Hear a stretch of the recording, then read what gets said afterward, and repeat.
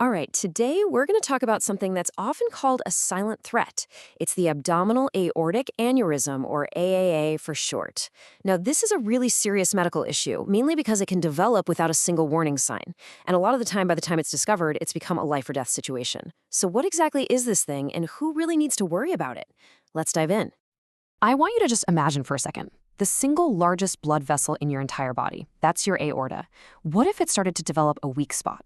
A spot that just bulges out silently under the constant pressure of your own heartbeat. Well, that's the reality of an aneurysm. It's a condition that can turn this absolutely vital artery into a ticking time bomb.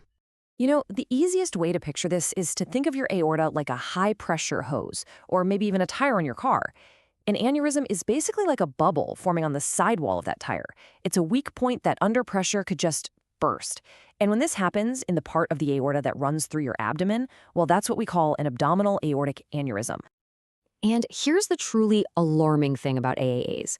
Most people who have one have absolutely no idea. There are usually no symptoms, no warning signs at all. The vast majority are found completely by accident, maybe during a CT scan or an ultrasound for something totally unrelated. Okay, so if these things are so quiet, how in the world can we get ahead of them?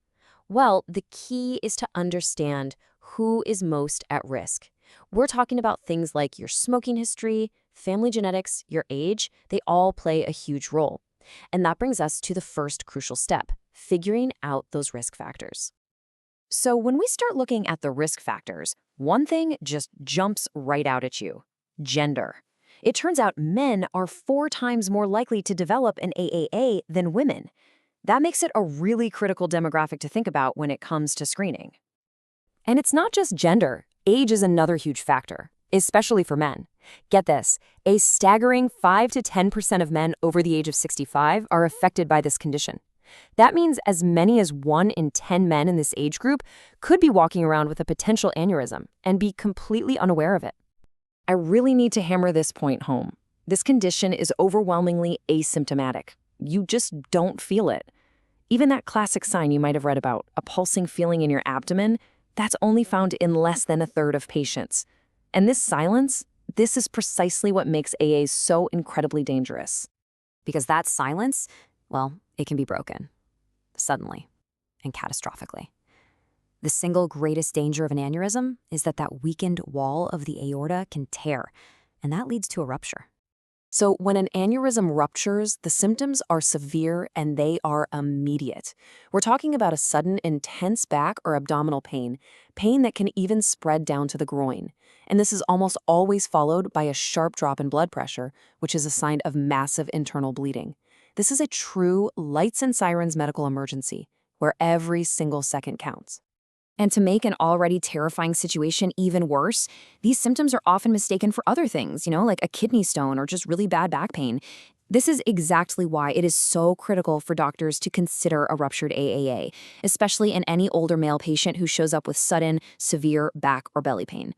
A misdiagnosis here can have absolutely tragic consequences. Okay, so this brings us to a much more hopeful part of our story: diagnosis. Because while the risks are incredibly serious, the good news is we have really effective tools to find AAAs before they ever become a crisis. So how do we get that clear picture of what's going on inside the body?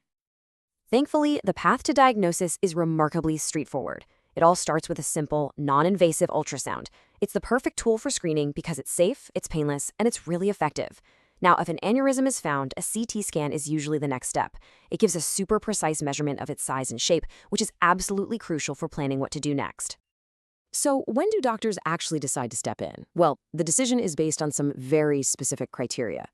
Surgery is typically recommended when that aneurysm's diameter hits about 5 to 5.5 centimeters, or if it's growing really fast, say more than a centimeter in a year.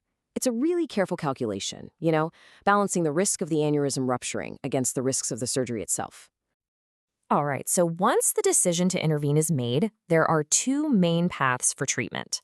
Let's take a look at the options for surgical repair. This table really highlights the trade-offs you have to think about. On one hand, you've got the traditional open repair. It's a major surgery, but it also offers the most durable, long-lasting fix. On the other hand, there's a less invasive option called endovascular repair. Here, they insert a stent graft through a tiny incision, Recovery is way faster and the initial risk is lower, but it's not quite as durable, and it means you'll need yearly scans for the rest of your life to make sure that device is still working correctly. You know, this quote really gets to the absolute heart of the matter. The entire strategy of screening and then doing an elective repair is built on one crucial fact. Planned surgery for an unruptured AAA is very, very safe, with a mortality rate under 5%. And that right there is the key to turning a potential catastrophe into a totally manageable condition. So this leads us to our final section, prognosis and follow-up. What happens after the diagnosis and the treatment? What does life look like for patients with AAAs? Let's start with the grim reality of what happens when one of these things ruptures. For the patients who are lucky enough to make it to the hospital and get into surgery, the survival rate is only about 50%. It's literally a coin toss. And tragically, a lot of people don't even make it to the hospital in time. Now, contrast that 50-50 shot with this number. The mortality rate for a planned non-emergency repair is around 5%. This is probably the most important takeaway from our entire discussion. Finding and treating an aneurysm electively transforms the odds from a 50% chance of survival to a 95% chance. The difference is just staggering, and it highlights the incredible life-saving power of screening. And I want to be really clear, managing an AOA doesn't just end with the diagnosis or even with the surgery. If an aneurysm is small, it's watched like a hawk with scans every 6 to 12 months. And if you have that endovascular repair, those yearly scans are a lifelong commitment to make sure everything stays stable. Proactive care is absolutely essential. So, we'll end with a question for you to think about. Given that these things are silent, that they're pretty common in certain groups, and that they're highly treatable when you catch them early, could you, or maybe a loved one, be a candidate for screening? Awareness and screening, they're not just medical terms. They are the tools that can transform a fatal emergency into a manageable condition. And ultimately, they're the tools that save lives.